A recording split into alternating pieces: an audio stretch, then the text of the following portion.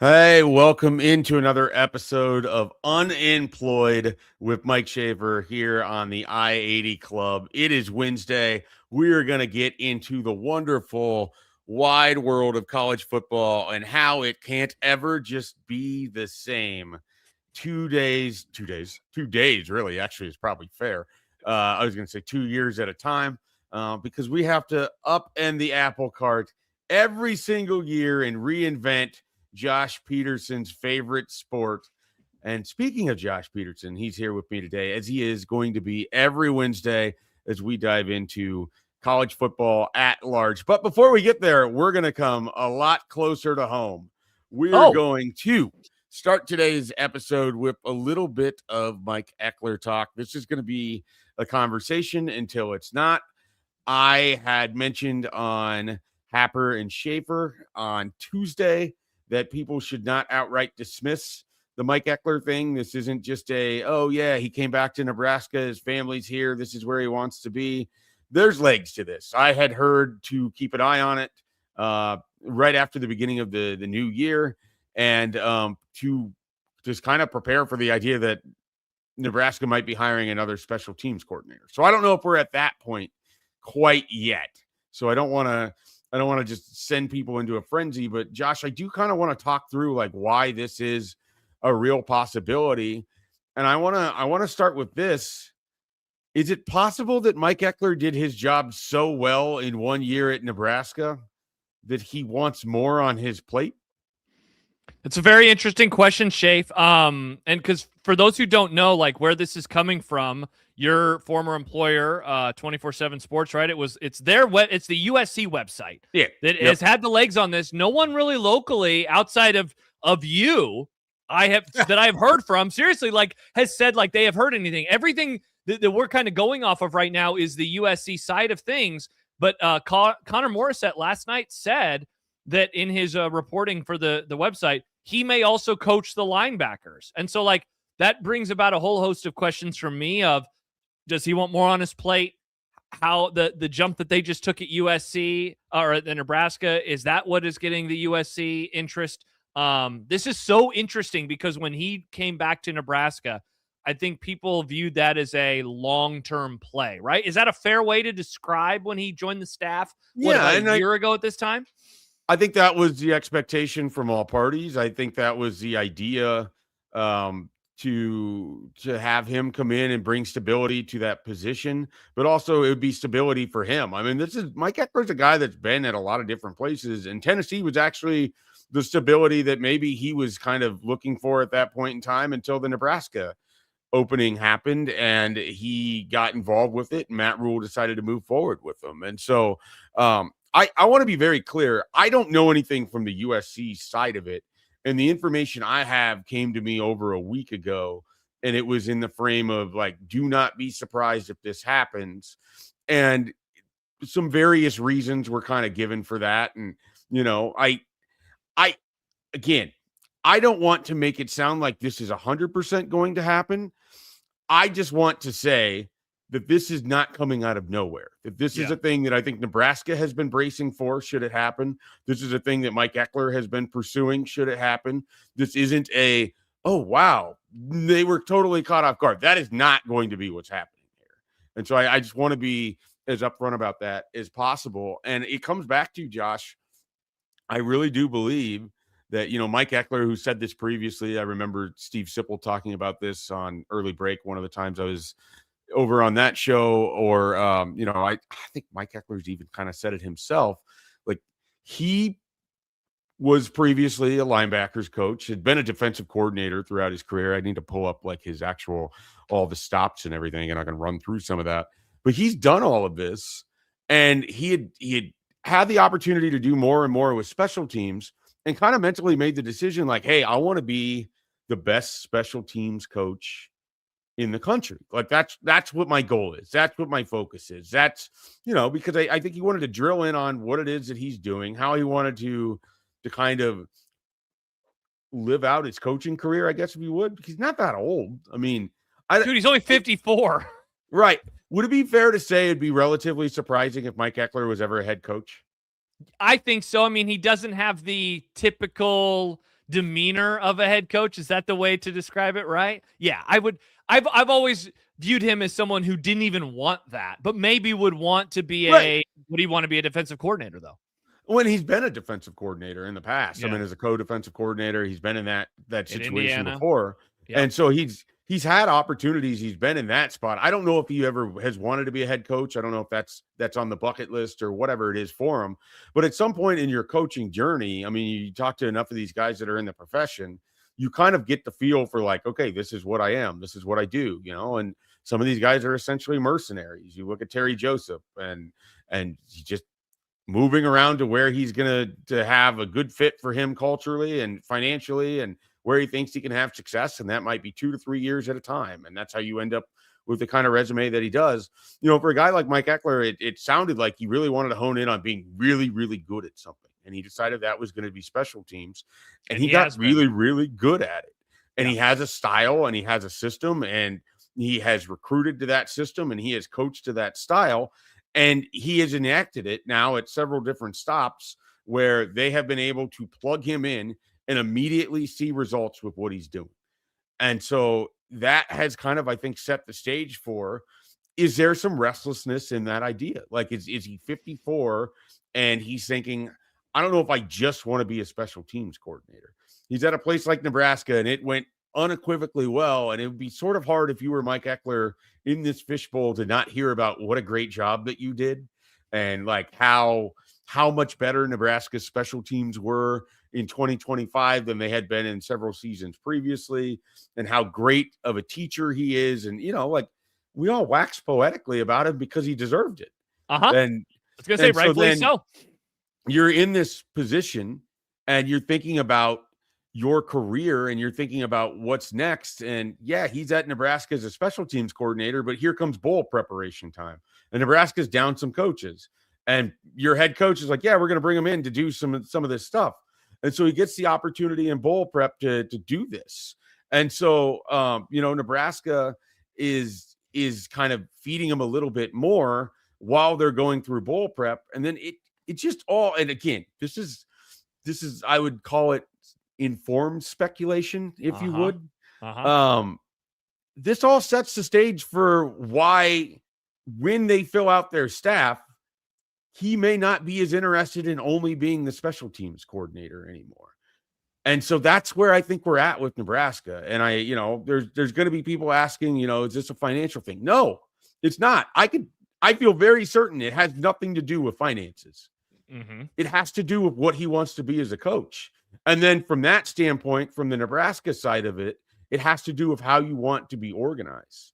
And so that brings into this question, Josh, is you've got a guy who's really good at this one thing, and it's very valuable for your program. Do you want split attention for him doing something else? Yeah, you see, because I was going to ask, there's like 3 questions that I think come off of this immediately for a lot of people. The first one is, why USC?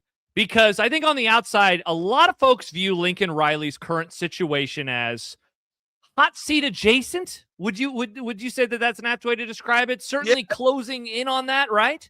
Yeah, and so that's one of those things where your natural reaction if you see something like this is Mike Ekeler's been in the game.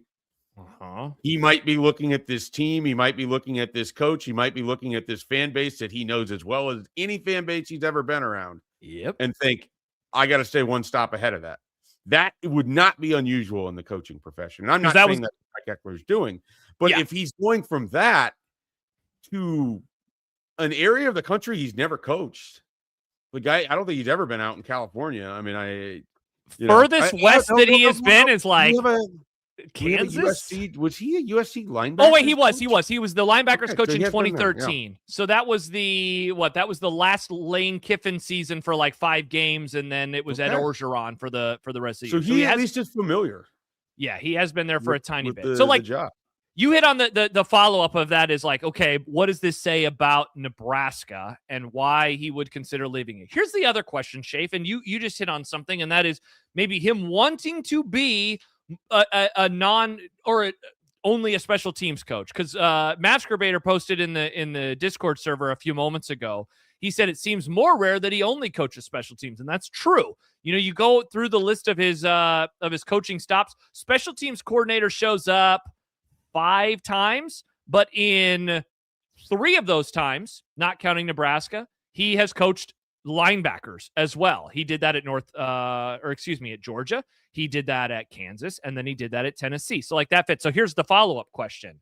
Would Nebraska then be making a mistake in not wanting to move him to a position coach as well? You bring up a great question about splitting time, but his value is high enough, is it not, after what he just did? Like, this special teams had been trashed for a decade. And so wouldn't it be worth it to allow him to do something that he's already done before? This isn't giving him a new responsibility. This is giving him a responsibility that he had at Tennessee, for example, and they had one of the best special teams in the entire country. So, like, it would seem to be a smart move for Matt Rule, unless he's just like, we can replace him, and I would say, okay, good luck, because the special teams at Nebraska very much struggled in years 1 and 2 for Rule and the Huskers. Yeah, and I just don't I can't answer that. And I don't know if anybody besides Matt Rule can answer that. I mean, and so it becomes a question of how you want to build out your coaching staff. If guys need to have defined roles, if you'd be concerned about having Mike Ekeler in multiple roles. We know he thinks highly of him. There's no question he thinks highly of him. He talks about his way that he can interact with student athletes, his way that he is a teacher. When he was hired here, I mean, he talked about his energy. And there's obviously all the videos of the sidelines and all of that. And I don't think that plays any part of this. I don't think there's any kind of like, from the Nebraska side of it, I don't think there'd be any sort of like lack of reverence for what he is and what he can do. It comes down to, if he's restless in this role and wants something else, is that something Nebraska can offer? Is that something Nebraska wants to offer? Is that something he wants at Nebraska? Those are 3 different questions. And, 2 of them have to be answered as yes for this to continue as it is. And again, I don't think this has anything to do with money. I don't think Nebraska has any problem paying him. So I don't think it's that. I don't think this is a ploy to try to get a raise. I think there's a genuine interest in his part, and it might even be as simple as this. He might be looking to move away from doing special teams and going back into being a defensive coach in more of an opportunity. Does he think he can do that at Nebraska? These are all the things that come to mind. And so, this is going to be a fascinating story. And when it popped up, was it yesterday? Really, is kind of when it first started. Yesterday's when the chatter really started picking up. Yeah. My radar went off immediately because, like I said, I was told to kind of keep an eye out for this. So, we'll see. It doesn't mean that he's going to leave. He might be here for as long as Matt Rule is here, or he might be gone in a week. I mean, there's a lot that obviously can happen with this. So it is certainly a fluid situation. But when you have the reporting that's coming from the USC 24/7 side of it, that there's certainly an opportunity there, and then it tracks with what I had heard, that he wants more of more responsibility in terms of working on the defensive side of the ball. That all lines up. And so again, we have to see where this goes. But and then if you're Matt Rule and this is all coming out, do you feel extra pressure to make sure that you keep Mike Ekeler?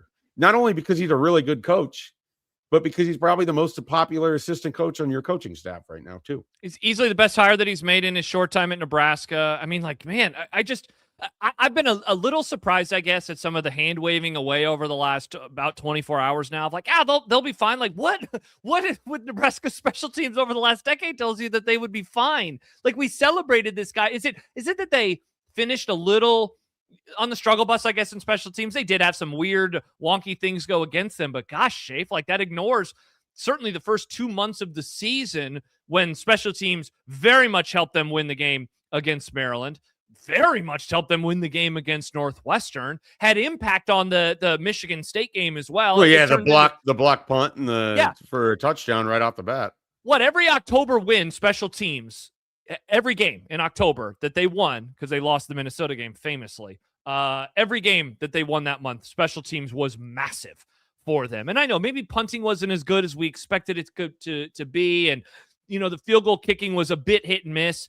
And then certainly the kick return game at the end of the year was, I would say, the thing I was most frustrated by all the way through the bowl game. But man, that really does ignore all of the greatness that we saw, or very much at the very least improved play. They went beyond my level of, I thought that they needed to be average. They were above average for a large portion of the season. For a large portion of the season, they were, according to a variety of metrics, they were like a top 10 special teams unit in the country. I'd say they were good to great for up until Yeah. probably November. And then as the program sort of hit the skids, they did too. And some of what you mentioned in there has nothing to do with Mike Ekeler at all, in the sense that he can put the person in the position, but ultimately it's on the kicker to be able to make the field goal. It's on the punter to be able to put the ball. And some of it is by design. They don't give up return yardage because they're not out there just kicking it as far as they can on a punt. Like, I think we have to acknowledge that, and then a lot of this is more the Dylan Raiola version of Nebraska. It feels like they played two entirely different seasons when you get to when he leaves, when he exits stage left for Dylan Raiola. The rest of that feels like a different season, different team, different conversation. It's all the same thing, but a lot of times they were punting from either their own territory on the other side of the 50 or getting close to the 50. So there you're working within the boundary. And so then I thought Archie Wilson was pretty good at getting it inside the 20 when he had the opportunity to do that. He had a very low touchback percentage. So again, it wasn't Nebraska's punting in its heyday when you're rolling out there with Larson and Cook and guys of that nature, but was pretty good relative to, again, if you're framing it on what we had seen prior from this particular coaching staff, I think we'd happily sign up for more of 2025 and never want to see 2024 again when it comes to special teams. Yeah, not to mention 23. My wife, Riss, watching it, she says, how many more games do we lose this year without Ekeler? How many more do we win with him in 23, 24? I mean, I think it's very safe to say. I think they're bowl eligible in 23. Yeah, for sure. And I just mentioned 3 games in October that they might have lost without the important special teams plays, like truly game-changing, field-flipping plays that they had in all 3 of the wins against Michigan State, against Maryland, and against Northwestern. Yeah. So I want to reiterate here for people that are coming in a little bit later. I mean, nothing is definitive at this point in time. It is a possibility that Mike Ekeler could leave. And part of this discussion is, would he be leaving for different roles than he would have at Nebraska? And from what I understand, the answer would be yes. And so it's not a financially motivated thing. It would be for his coaching career. I genuinely believe there's an element of this. He came here, it went really well. He had the opportunity to work with linebackers again during the bowl game, and it's something that he's more interested in than maybe Nebraska is interested in having him do, in addition to his job with special teams. And so again, we will see how this all plays out for Nebraska and Mike Ekeler, but this is a big story. And so, like I said, the biggest thing I wanted to iterate here is that do not just wipe this away. This is not like just speculation, just whatever. Like there's some legs to this. So we'll see how it goes. And, Nebraska, I think it should be imperative for them to figure out how to keep them. Because as I said, we don't need to see there's door number 1 is Ed Foley. Door number 2 is Mike Ekeler. I'm not really interested in door number 3. Just neither. Keep it at door number 2. Yeah. Couldn't agree more. Let's transition here to a little bit of a building blocks conversation, which of course is brought to you by our friends at Bubbles and Blocks Child Development Center. Nebraska is putting together quite an interesting offensive line out of the transfer portal. Josh, I got to be honest with you. I thought that they would aggressively pursue some answers up front on the offensive line. I guess I wasn't prepared for the idea that more than half of the starters would be coming from the offensive line, would be coming out of the transfer portal. And maybe that just is me being an idiot, but it's also, which is always a possibility. Always a possibility. A lot of room for that, and we always should. But some of it was, at some point, you got to get something from these recruiting classes you put together. And this has been like a thing I really have kind of like hammered home on this show a little bit, on other appearances, or, in the writing. Like, they took a lot of high school players from when he arrived in November of 22, December of 22, through the 2025 class that arrived, in parts at the beginning of last year, and then the rest of them in the summer. And it just, the hit rate, you and John you used to go through these classes, and I don't know if you even do that anymore in the portal era. I don't know if you can, but No. The hit rate here does not feel like it's going to be particularly high. And the offensive line, you got two fresh set of eyes, 4 new eyes for your offensive line. And it seems like they're very quickly determined that they have to go out and get outside help, and it's not coming from the internal development. And Paul Mabenga, the newest addition from LSU, clearly Jeep Wade, who hadn't tweeted about the other additions thus far, was very fired up about getting this guy from LSU. And, if you're just putting this together, and Justin Evans is sort of your key cog in all of it, I think, at center, and we assume Elijah Pritchett at left tackle, then it sure feels like you have Mabenga and Black playing interior positions, and Tree Babalade potentially being your right tackle. Sure feels like you're going to have 3 out of your 5 guys coming out of the portal, and a very fresh, different looking offensive line for Nebraska in 2026. Your thoughts? Yeah, I couldn't agree with you more. Let me say this: is this maybe the final, not final, but one large indictment of the Donovan Raiola coaching experience? Because, I think that there is very much a way, if you want to look at this glass half full, to say, wow, he did a real poor job at developing, because you just said it. The recruiting at offensive line on paper has been really good. It's been really good. That's probably been where they've been at their best. Right. And so on one hand, you're way frustrated because I know obligatory Grant Bricks mention, where's Grant Bricks been among other players over the last however many years? And I think it goes even before Raiola. You can go back into the Frost era where they were beating out Iowa and Wisconsin, like heavy hitters.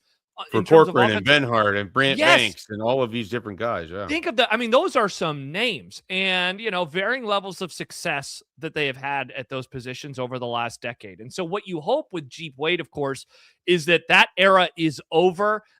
You're always going to have to supplement your roster with offensive linemen, right? We just saw Oregon, who made it to the Final Four of the college football playoff. They supplemented their offensive line. I think they had two offensive linemen that they landed that ended up being starters, including one that they got Isaiah World, that Nebraska was battling for about a year ago at this time. And so they made it to the playoffs. That's not to say you can't win by bringing an offensive lineman, but man, to essentially ask for a 3-for-3 hit rate on the line.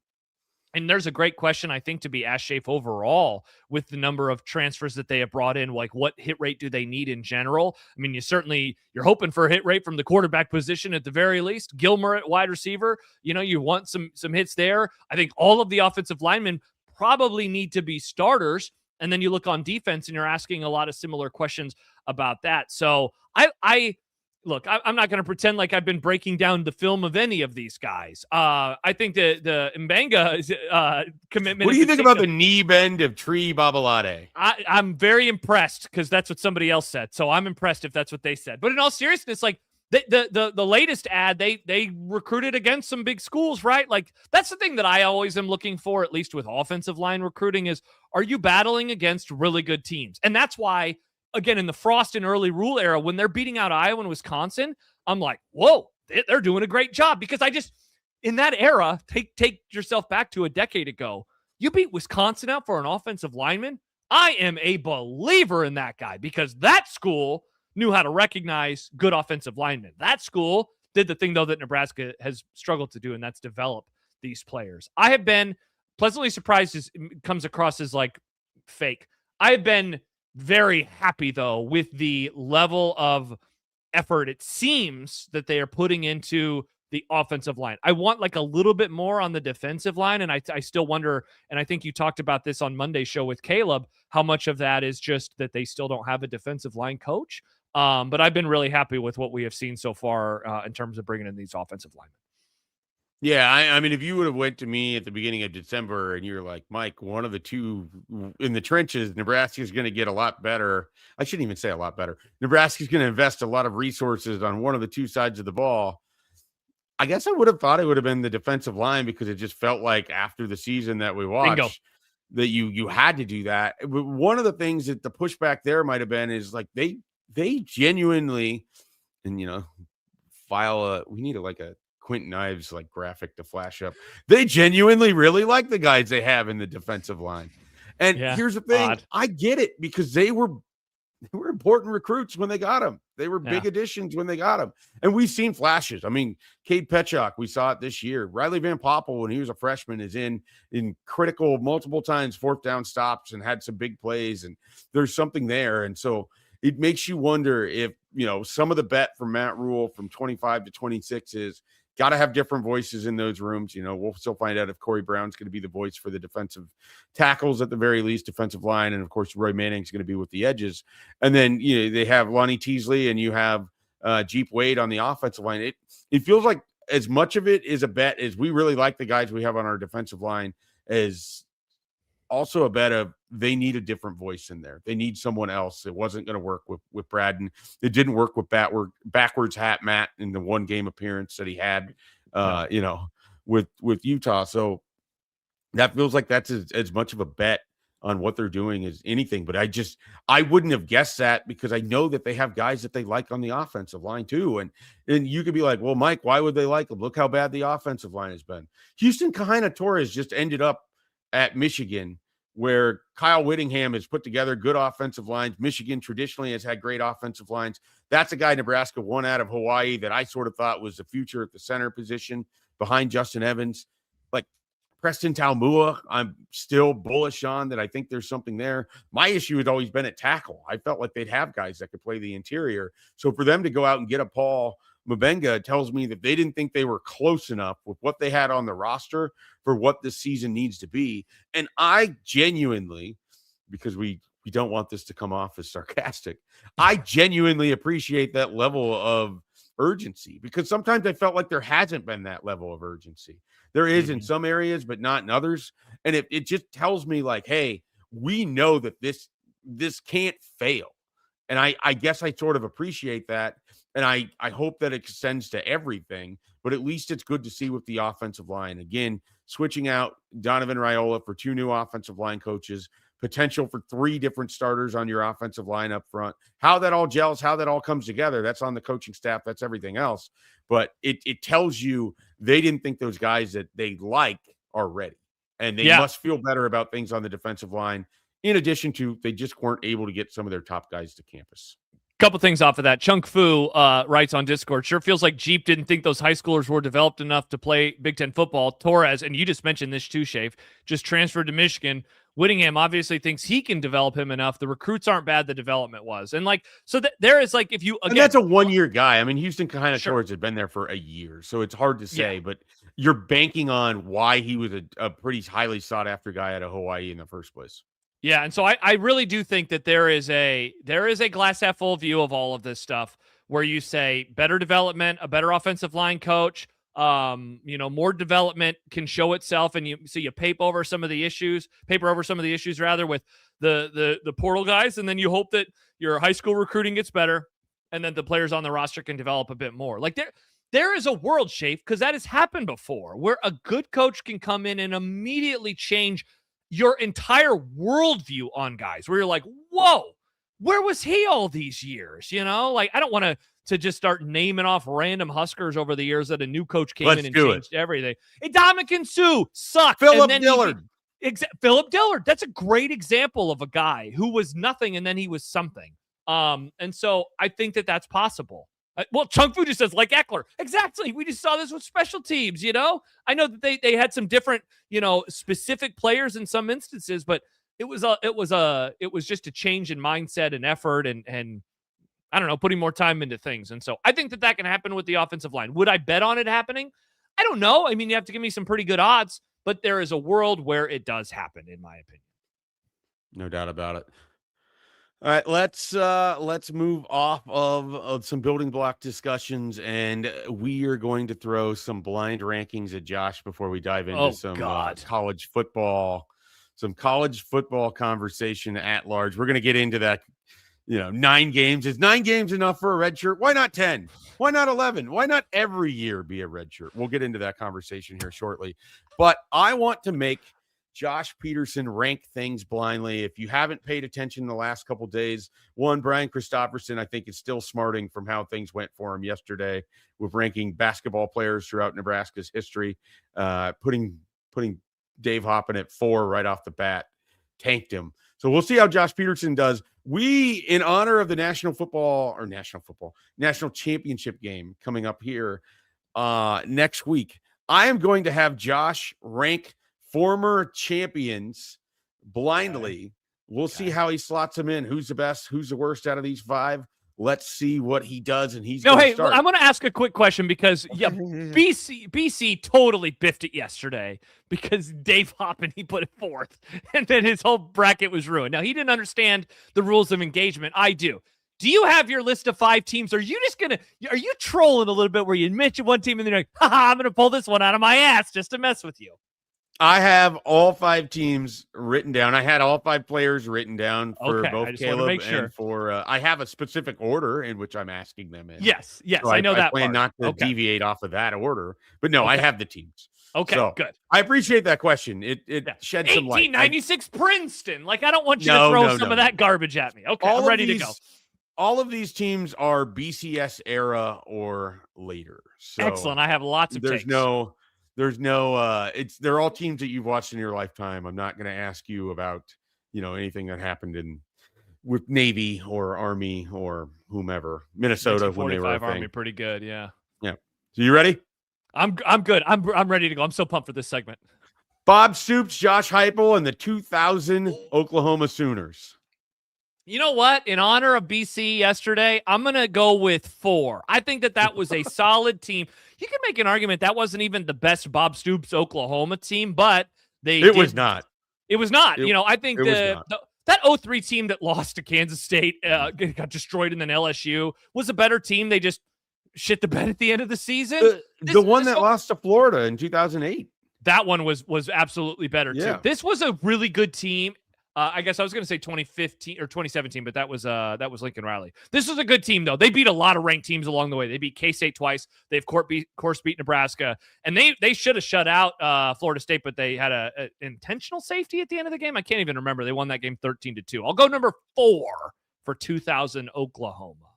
All right, 2000 Oklahoma is at number 4. Where will Josh put Jimbo Fisher, Jameis Winston, and 2013 undefeated Florida State? That was an awesome team. They won every game except for the last one by double digits, if I remember right. I mean, they barely won that game against. I thought Auburn was going to win that going into Auburn. I thought Auburn should have won it in that game. Auburn was up by double digits throughout much of the game. Fourth quarter Kelvin was bonkers. Benjamin, right? Is that Kelvin who it was? Benjamin? That was caught the touchdown. Yeah. That was definitely a better team than Oklahoma. I don't want to. I'm going to go 3rd. I'm going to say that you got 2 teams on this list that are better than the 2013 Florida State Seminoles. I hope so. Might I? All right. We'll find out. Here's a team that frankly shouldn't have even been in the college football playoff. 2017 Alabama. Oh, yeah, this is an easy 5, so I'm going to leave open my top 2 spots. Yes, you're right. They got dominated by Auburn in the regular season finale. They didn't even make it to the SEC championship game, but they got in, and here's why. Because Ohio State won the Big Ten championship over Wisconsin, thus knocking Wisconsin out, but keeping Ohio State out too because they had 2 losses. That was the one time, Schaefer, in my life that I was actually rooting for the Badgers because I did not want Bama to make it. Also, pour one out to our friends at Penn State because the 2017 Penn State team could have been awesome, but they blew it against the Buckeyes, and then they blew it against Michigan State, and then we had freaking Tua and Alabama winning a national championship. Sad. Yeah, that Georgia team should have won. That was the Baker Mayfield year, I believe.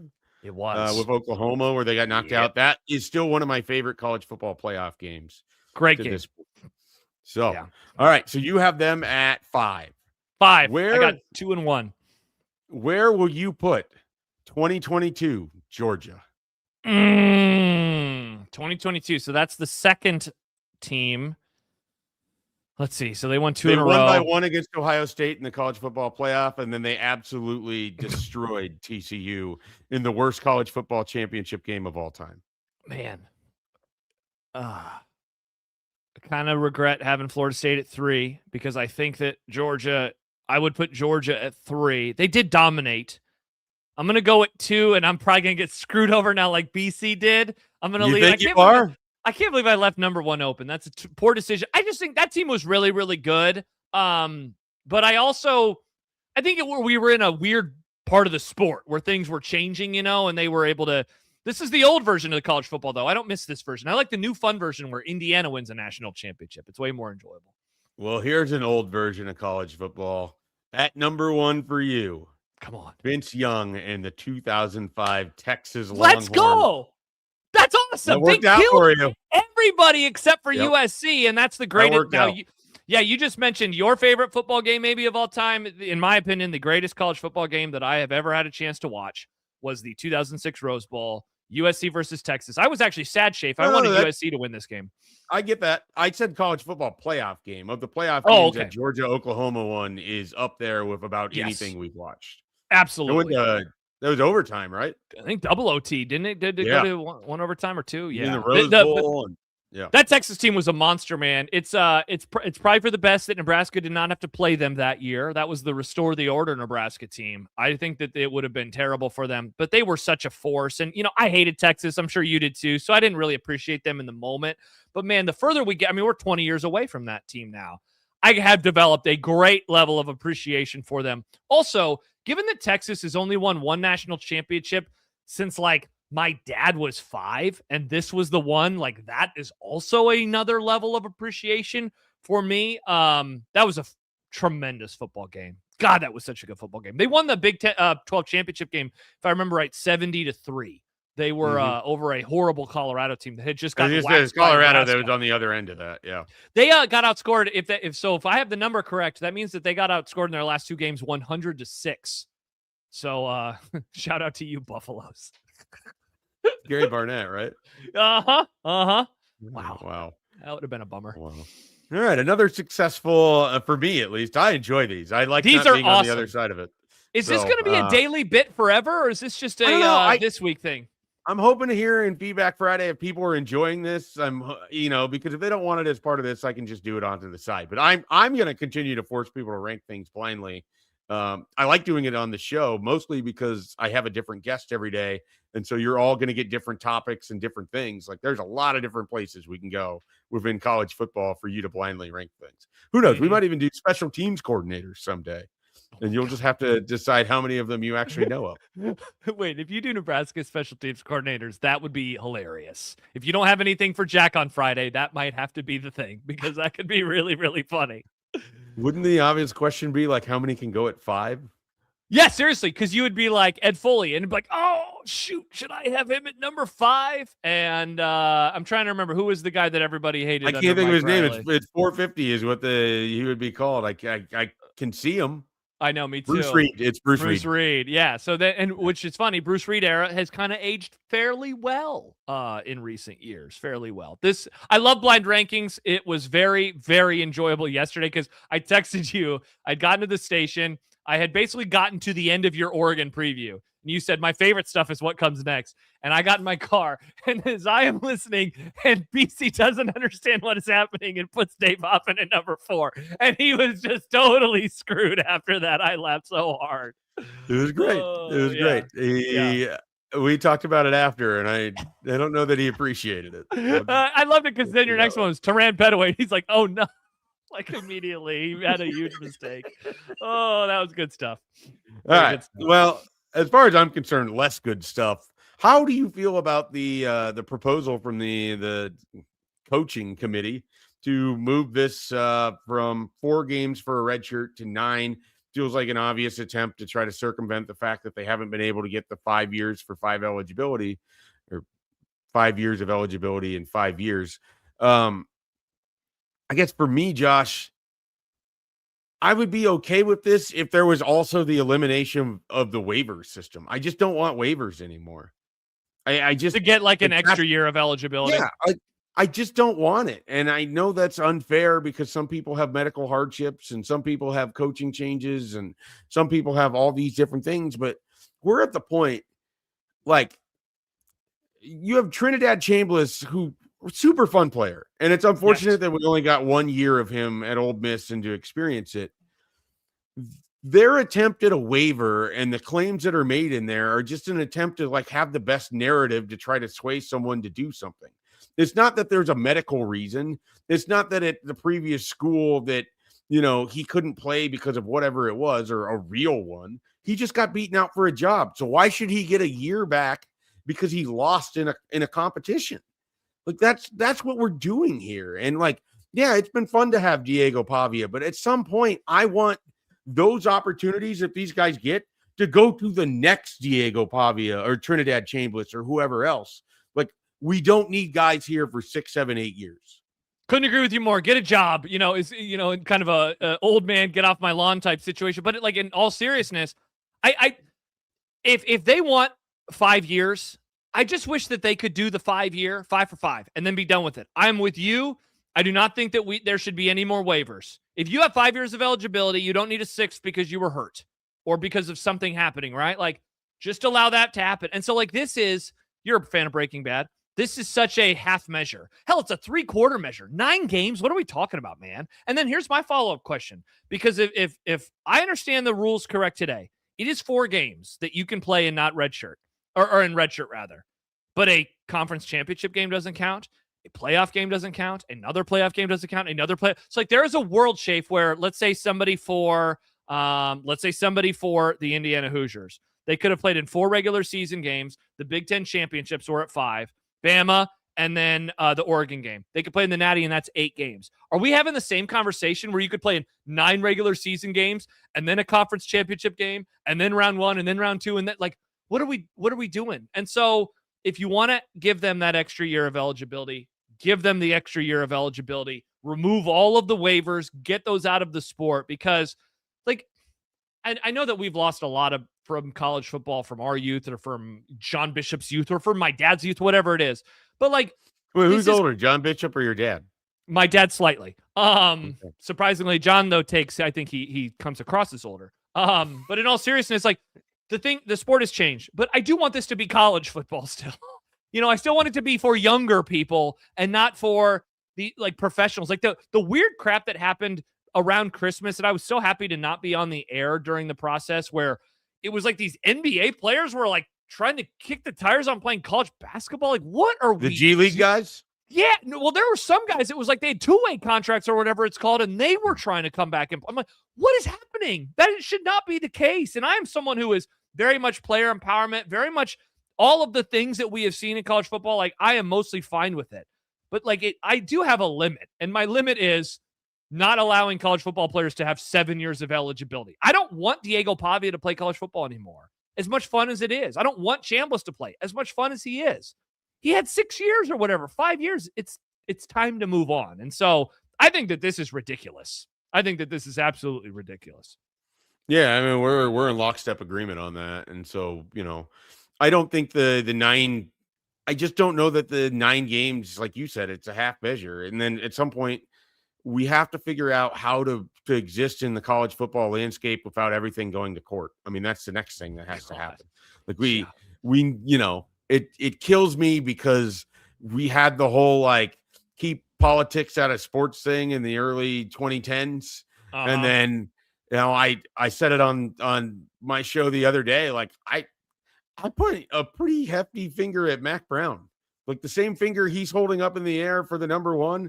It's Mac Brown being that upset that his wide receiver didn't get the waiver from the NCAA, that they go to the, he's one of the first that helped organize with the attorney general of the state of North Carolina. And they meet up with West Virginia and Ohio. And, and then it's just off to the races to find friendly judges that'll just dismantle this thing. And then that leads into lawsuits about what eligibility is and what counts and what doesn't count. And who's, having their earnings unfairly taken away from them. And it's just, when did this stop being about like the sport of college football and just everything is so me. Yeah. And then like the same committee that made the votes to try to eliminate these waivers and made the votes to open up the portal, that, it's all the same people that then turn around and tell you how much they don't like it. Well, you were on the committee, Mac Brown. You were on the committee, all these other coaches. It's Yep. why I think Nick Saban's full of shit. I don't want to hear from Nick Saban about these things. If you wanted to use your sway, do it when you're not sitting at the, next to Pat McAfee getting paid an ungodly amount of money to talk about the college sport and run it down. Use it when you were one of the best coaches actively doing it and part of these committees. You didn't. So now is when you want to talk about how things are terrible. How did you help fix college football when you had the opportunity to do it? Did you? Do we need another tell-all book from another Southern writer that's going to talk about how great you are and how much pride that you coach with and all of this? It's so annoying to me. It's all self-serving. And we have yet another coach, and they're going to bitch about it should this pass, because Correct. That's what they do. Yeah. They pass the rules, and then they bitch about it, and they tell you that the NCAA did it, and it's them. We could have all told them we still 2 weeks in, we haven't gotten to calendar stuff, and I know we will eventually, and luckily there's plenty of time in the offseason to do that. But we all foresaw this coming when they were like, well, yeah, we want to do a January portal. Do you really? That's going to cause problems. And sure enough, they're already frustrated by it. It's like, this was so predictable from the start. And it's like, you just wonder, Schaefer, first of all, instead of reacting to every season and just always reacting to the moment in time, take a step back, look at everything. I want to live in a world where the playoff is 12 for just a little bit longer. I think the portal calendar could be better. There are going to be strengths and weaknesses of doing something, right? If you move it until after spring, you have a guy who's obviously entering. He doesn't want to participate in spring football. I understand that there are drawbacks. I understand that there is a calendar of the literal academia part of this entire equation. I understand all of these things, but just take a step back and have some actual conversations about things. This is just weird. It's a Band-Aid. It's ridiculous. Yeah. Let's settle on some actual eligibility and move forward with college football, with whatever it's going to be in the future. And do it for the sport, not just for you individually, not just for what your program needs, not just for what your conference needs. Do it for the entirety of the sport. Do it for the people that you allegedly care about, the stakeholders that are the fans. Do it for them. And some of it is you have to figure out one gigantic piece of it before you worry about the portal calendar. Figure out how many damn games in college football a team has to play to win a national championship. Whether it's going to be a 12-team playoff, a 16-team playoff, a 24-team playoff, figure out how that all fits in the calendar, and then worry about the player procurement aspect of it. Because trying to do both at the same time has only created more issues. Yeah, it really has. And I'll finish with this. I remember when this idea first popped up a decade ago, and it was in response to Christian McCaffrey and Leonard Fournette sitting out of bowl games, and it was maybe bowl games should not count towards eligibility and outside of the playoff. And I thought that was a great idea. I championed that idea. It was oh, that's smart. And then it was but what if you could also maybe do one game at the beginning of the season? Because college basketball had a similar rule, if I remember right. And instead of doing one or the other, or maybe even both, they decided to do 4 games, which was such a random, arbitrary number. And then if you do the math, it's so wait, could that mean 10 college basketball games? Could it mean 13 to 17 college baseball games? What are we talking about here? And it's just these numbers that they throw out are always just so random. I like the idea of find out maybe what you have there with a player. And if you don't have what you want, he can redshirt. And if he does, you keep playing him. I very much am okay with the idea of 5 years to play 5 and then just boom, remove every other, part of this. But they just, I don't know why 9. It's such an arbitrary random number. It doesn't make any sense to me. Yeah. Well, as one of the last comments that I'll see here on YouTube before we finish up, do something for the greater good instead of what's good for you. What planet do you live on? Not going to happen. Fair.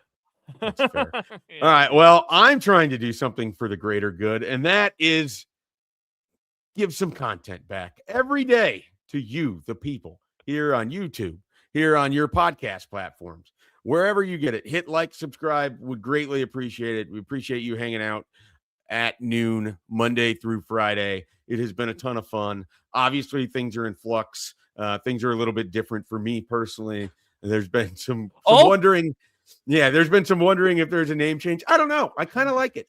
I might just it's funny to me. Just keep things. So, we'll see how that all goes. And I appreciate you guys all coming here to join for the show, whether you're here live or whether you're listening to it later. It's been a lot of fun here, 8 shows in. And as far as I'm concerned, Josh, it shows very little signs of stopping anytime soon. I'm enjoying the pod. It's been a fun addition to my rotation. You know me, I'm a lover of podcasts. So this has been very, very good. Hot Danger says overemployed. Maybe overemployed with Mike there's Schaefer. There's moments throughout my day where I wonder if that might be a better name.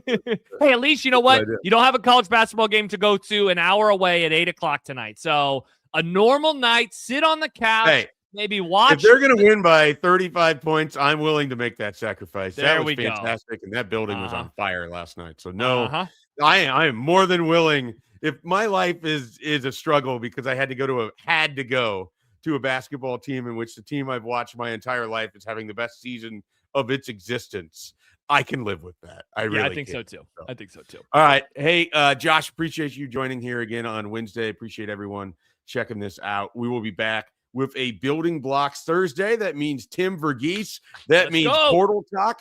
That means probably a little bit of inside information. Of course, we're going to monitor the Mike Ekeler situation. We'll see if we can get him to finish his thoughts on Ahmad Hudson. They got interrupted by Anthony Jones Jr. committing last week in the middle of what he was about to say. So, we're excited to see what Tim has to say in week 2, and he can kind of walk us through where Nebraska's at as they go into the final stretch here, I think, in the transfer portal. So join us again tomorrow, Building Blocks Thursday, and check out everything else that's going on at the I-80 Club as well. We will catch you tomorrow.